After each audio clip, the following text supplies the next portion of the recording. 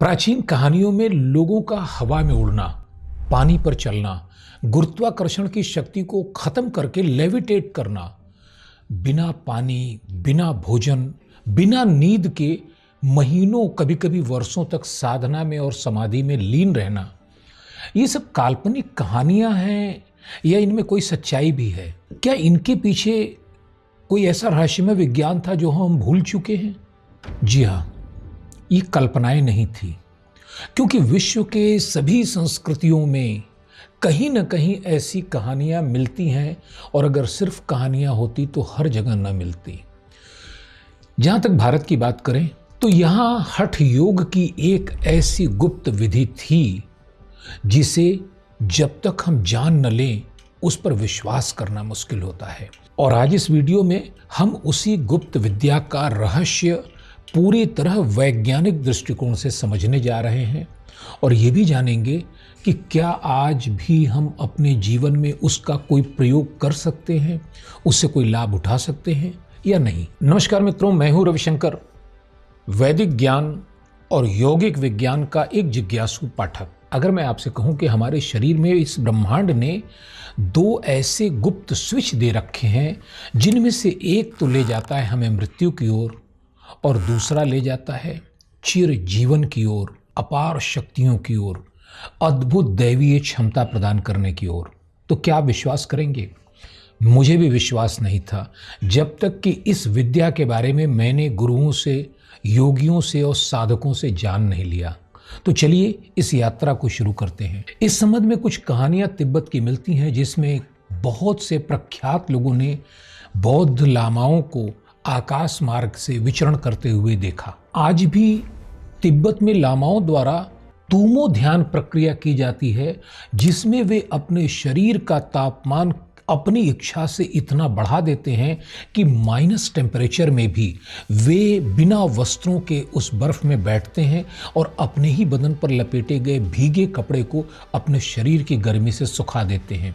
और ये तो विज्ञान के द्वारा भी परीक्षण किया गया और सही पाया गया। जहाँ तक खेचरी मुद्रा की बात है तो यह सिर्फ आकाश गमन की मुद्रा नहीं थी, यह अपने पूरे शरीर और उसकी सारी क्रियाओं पर पूरा नियंत्रण पाने की प्रक्रिया थी। हठ योग के अत्यंत प्राचीन और प्रामाणिक ग्रंथ हठ योग प्रदीपिका के 3 अध्याय में इसका वर्णन मिलता है।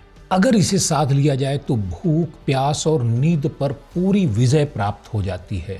न क्षुधा न तृषा निद्रा आलस्यम प्रजायते न च मूर्छा भवेत् तस्य यो मुद्राम वेत्ति खेचरम। अर्थात खेचरी मुद्रा जानने वालों को भूख, प्यास और नींद, इन तीनों से पूरी मुक्ति मिल जाती है। इसी अध्याय के एक दूसरे श्लोक में कहा गया है, ऊर्ध्वजिह्वः स्थितो योगी सोमपानम करोति यः मासार्धेन न संदेहो मृत्युम जयत योगविद। वो मृत्यु को भी जीत लेता है। खेचरी मुद्रा के अद्भुत शक्तियों और लाभों के वर्णन से योग के ग्रंथ भरे पड़े हैं। भारत के सप्त चिरंजीवियों की ही तरह ग्रीक माइथोलॉजी के टिथोनस और चिरान की कहानियां भी मिलती हैं। आखिर क्या सच है इनके पीछे?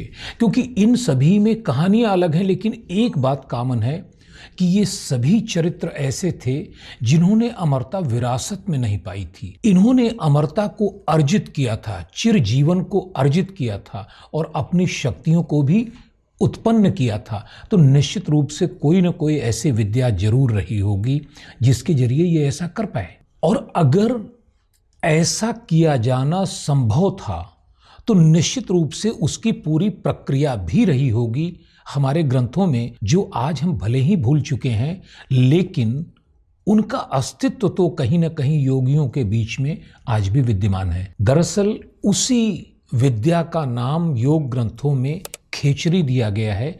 अद्भुत मुद्रा है ये, अपार शक्तियों को प्रदान करने वाली है। इतनी शक्तिशाली होने के कारण इस मुद्रा को हमेशा गुप्त रखा गया।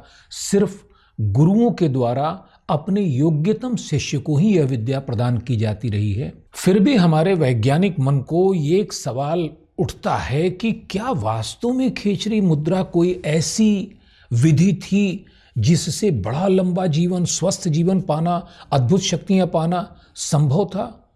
वैज्ञानिक रूप से इसके पीछे सच क्या है? चलिए देखते हैं। तो वास्तविकता यह है कि योग की विधियों के द्वारा चिर जीवन प्राप्त करने की कहानियां महाअवतार बाबा की, संग्रीला के सिद्धों की हमें भले ही कल्पना लगे, लेकिन वास्तव में विज्ञान भी कहीं न कहीं इस बात को सैद्धांतिक रूप से मानता है कि अगर हमारे सेल के टेलोमेयर के खत्म होने की प्रक्रिया को किसी प्रकार रोका जा सके तो न सिर्फ चिर जीवन पाना संभव है, बल्कि रोग मुक्त होना और सदा युवा रहना भी संभव है। खेचरी मुद्रा, मैं ऐसा समझता हूं कि ऐसी ही कोई गुप्त विद्या थी जिसके जरिए हमारे प्राचीन ऋषियों ने इस प्रक्रिया को पूरी तरह अपने नियंत्रण में कर लिया था और एक विधि विकसित कर दी थी। तो अब जानते हैं कि वह विधि थी क्या और काम कैसे करती थी। हमारे उन योगियों ने जिन्होंने खेचरी मुद्रा पर काम किया था, उन्होंने पाया कि हमारे शरीर में हमारी तालू के ठीक ऊपर एक गुहा है, एक स्पेस है, और उस स्पेस में जो सबसे ऊपर का स्थान है वह ठीक हमारी पिट्यूटरी और पीनियल ग्लैंड के नीचे का स्थान है। वहां से एक अद्भुत सिक्रेशन होता है, बूंद बूंद, उसे उन्होंने नाम दिया चंद्रमंडल, और जो उससे सिक्रेशन होता है उसको उन्होंने कहा सोम, अर्थात अमृत। उन्होंने ये भी पाया कि किसी तरह अगर इस बिंदु को स्टिमुलेट कर दिया जाए, यानी किसी तरह इसे उत्तेजित कर दिया जाए, तो वह जो बूंद बूंद करके गिरने वाला जो लिक्विड है उसका प्रवाह तेज हो जाता है, और यह द्रव्य कुछ और नहीं, वैसा ही प्रभाव रखता है जैसा DMT, डाई मिथाइल ट्रिप्टामाइन का होता है। विज्ञान द्वारा इस केमिकल को बनाया जा चुका है और इसका प्रभाव होता है कि व्यक्ति अपनी उच्चतम चेतना की अवस्था में चला जाता है। प्रसिद्ध वैज्ञानिक डॉक्टर रिक स्टार्ट्समैन ने अपनी प्रसिद्ध पुस्तक द स्पिरिट मॉलिक्यूल में इसका उल्लेख किया है। उन्होंने बताया है कि पीनियल ग्लैंड से सीक्रेट होने वाला, उससे निकलने वाला यह द्रव्य अद्भुत होता है, और उन्होंने इसको नाम दिया है स्पिरिट मॉलिक्यूल, यानी ऐसा द्रव्य जो हमारी आत्मा से जुड़ा होता है। उन्होंने इसे नेक्टर ऑफ लाइफ कहा है। अगर न्यूरोसाइंस की बात करें तो न्यूरोसाइंस के अनुसार हमारे सेरोटोनिन रिसेप्टर्स पर काम करने वाला यह केमिकल, यह द्रव्य जो पीनियल ग्लैंड से निकलता है, वह ब्रेन के डिफ़ॉल्ट मोड को बंद कर देता है, जिसके जरिए हमारी एजिंग होती रहती है और हमारी कॉन्शसनेस को एक ऐसी अवस्था में ले जाता है जहां हायर कॉन्शसनेस, कॉस्मिक इंटेलिजेंस या ब्रह्मांडीय चेतना से वो जुड़ सकती है। यह लिक्विड मानवीय चेतना को सर्वोत्तम बिंदु तक ले जाने में सक्षम है। लेकिन समस्या ये है कि यदि हमें इस सोम को रोकने और प्रयोग करने की विधि नहीं पता है तो यह बूंद बूंद टपकने वाला सोम रस गले के माध्यम से नीचे जाता है, और योग की बात करें तो वो कहता है कि सूर्यमंडल जो हमारी नाभि में स्थित है वहां जाकर यह जल जाता है। इसका कोई प्रयोग हम नहीं कर पाते हैं, लिहाजा हम बूढ़े होते रहते हैं, मृत्यु की ओर बढ़ते रहते हैं। लेकिन अगर इस द्रव्य को, इस सिक्रेशन को किसी तरीके से हम बीच में रोक लें और इसका उपयोग कर लें तो यह हमारे पूरे शरीर को और चेतना को अद्भुत शक्तियां प्रदान कर सकता है। तो अब प्रश्न उठता है कि आखिर ऐसा किया कैसे जा सकता है। तो हम जानते हैं उस प्रक्रिया को जिसे योगी अपनाते थे, और इस पीनियल ग्लैंड से निकलने वाले नेक्टर ऑफ लाइफ या सोम रस का उपयोग अपने आप के लिए करते थे, सदा युवा रहते थे, स्वस्थ रहते थे और साधना में वर्षों तक बैठने की क्षमता हासिल करते थे। लेकिन इस मुद्रा को बताने के पहले एक डिस्क्लेमर, यह वीडियो मैं मात्र शिक्षा के उद्देश्य से बना रहा हूं ताकि हमारी प्राचीन भारतीय गुप्त विद्याओं की जानकारी आम लोगों तक पहुंच सके, आप जैसे जिज्ञासु लोगों तक पहुंच सके। यह कोई प्रशिक्षण नहीं है और इसमें बताई गई विधियां योग की वो बड़ी गुप्त विधियां हैं जिनका प्रयोग यदि आप खुद करने की कोशिश करते हैं तो यह निश्चित रूप से नुकसान पहुंचा सकता है, बहुत क्षति हो सकती है। इसलिए कृपया बिना किसी गुरु के सानिध्य के कभी भी इसका प्रयोग न करें। शास्त्रों में भी कहा गया है, गुरुपदेशम बिना नैव कर्तव्या खेचरी कदा, मतलब कभी भी खेचरी मुद्रा का उपयोग बिना गुरु के नहीं करना। खेचरी मुद्रा का रहस्य छुपा है हमारी जीभ में। हमारी जीभ के एक विशेष प्रयोग में छिपा यह रहस्य योगियों ने डिकोड किया और उन्होंने विधि विकसित की, क्योंकि हमारी जीभ ही वह अंग है जो हमारे चंद्रमंडल से गिरते हुए उस सोम रस को बीच में रोक सकती है और ठीक उसी प्रकार सोख करके हमारे ब्लड में उसको डाल सकती है, जैसे जीवन रक्षक दवाइयों को जीभ के नीचे रखने पर वे सीधे हार्ट और ब्लड तक पहुंचती हैं। सामान्य रूप से यह असंभव सी बात है, क्योंकि हमारी जीभ हमारे निचले जबड़े से एक पतली सी झिल्ली के द्वारा जुड़ी होती है, जिसको कहते हैं लिंगुअल फ्रेनुलम, या वह जंजीर, योग की भाषा में वह जंजीर जो हमें इस सांसारिक जगत से जोड़े रखती है, उससे ऊपर नहीं उठने देती। और इसके कारण वह जीभ पीछे जाकर हमारे तालू के जो सॉफ्ट पैलेट है उसके अंदर से होकर उस चंद्रमंडल तक नहीं पहुंच पाती है। इसलिए योगियों ने पूर्ण खेचरी मुद्रा के प्रयोग के लिए जीभ को इस लिंगुअल फ्रेनुलम की कैद से आजाद करने का तरीका खोजा, जिससे उनकी जीभ हमारी तालू के सॉफ्ट पैलेट के आखिरी भाग तक पहुंचकर उससे ऊपर एक स्थान जिसे कपाल कुहर कहा है उन्होंने, उसमें प्रवेश कर सके, क्योंकि उसी कपाल कुहर के ऊपरी भाग पर स्थित होता है वह बिंदु जिसे चंद्रमंडल कहा गया है। योग में इस कपाल कुहर को अमृत की गुफा भी कहते हैं।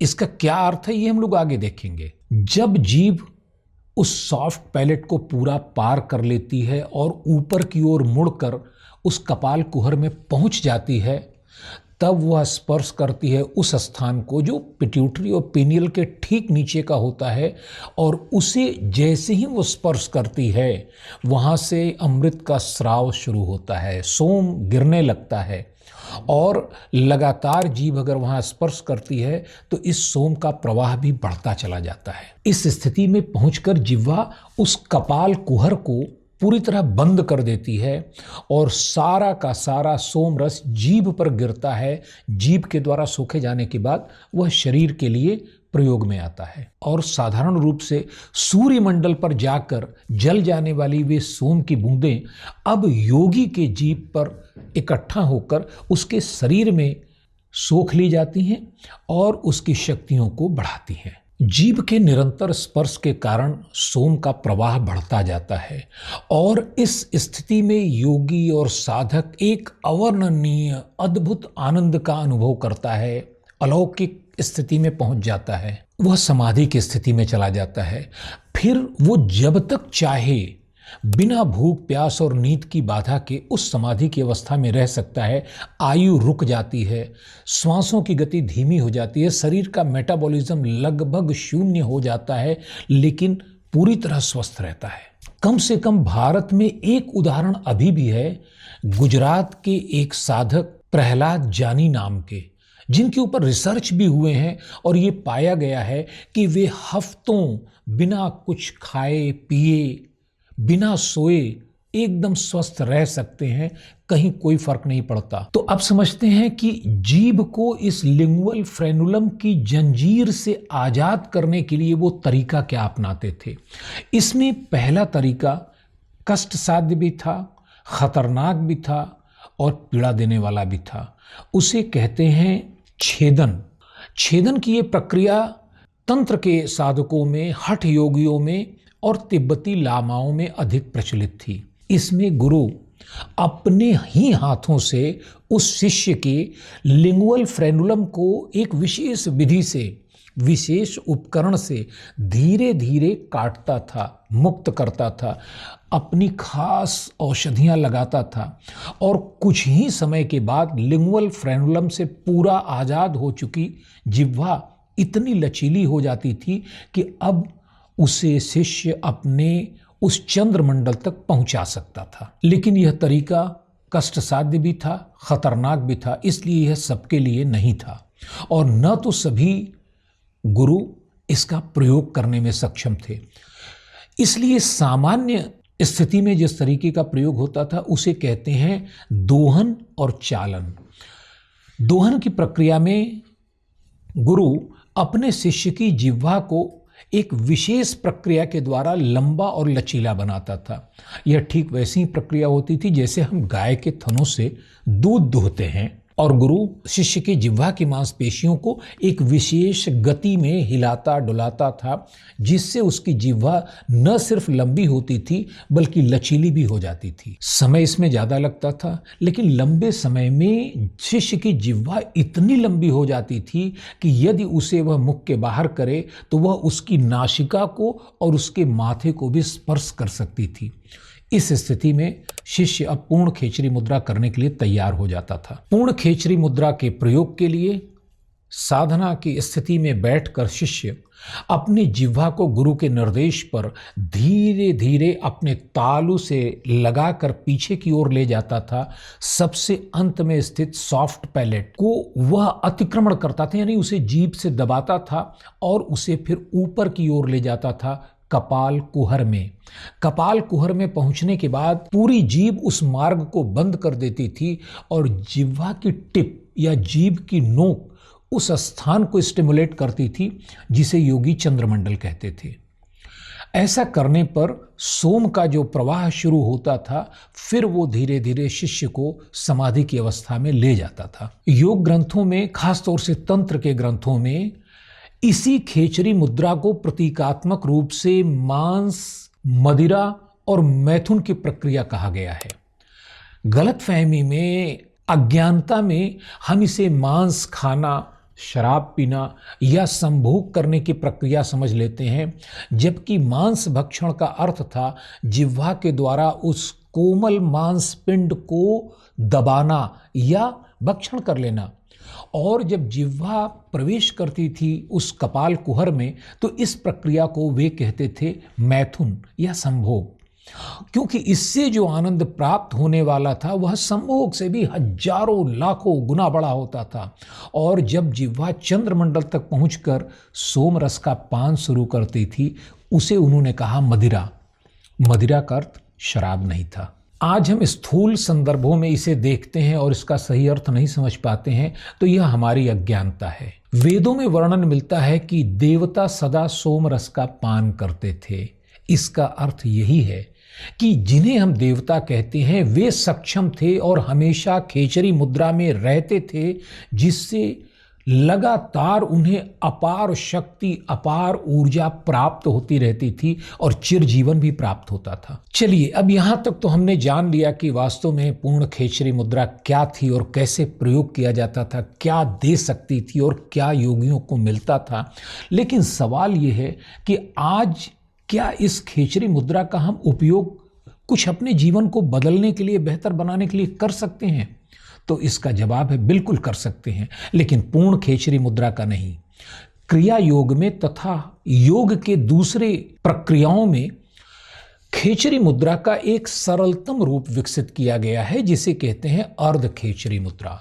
इस मुद्रा का प्रयोग करने के लिए साधक सहजावस्था, सिद्धावस्था, पद्मासन, सुखासन किसी भी स्थिति में बैठता है, अपनी स्पाइनल कार्ड को सीधा रखता है, अपनी जीभ को मोड़कर पहले तालू से लगाता है। आप भी कोशिश कीजिए, लेकिन कठिन काम है, क्योंकि पहली बार में जीभ तालू को स्पर्श भी शायद न कर पाए।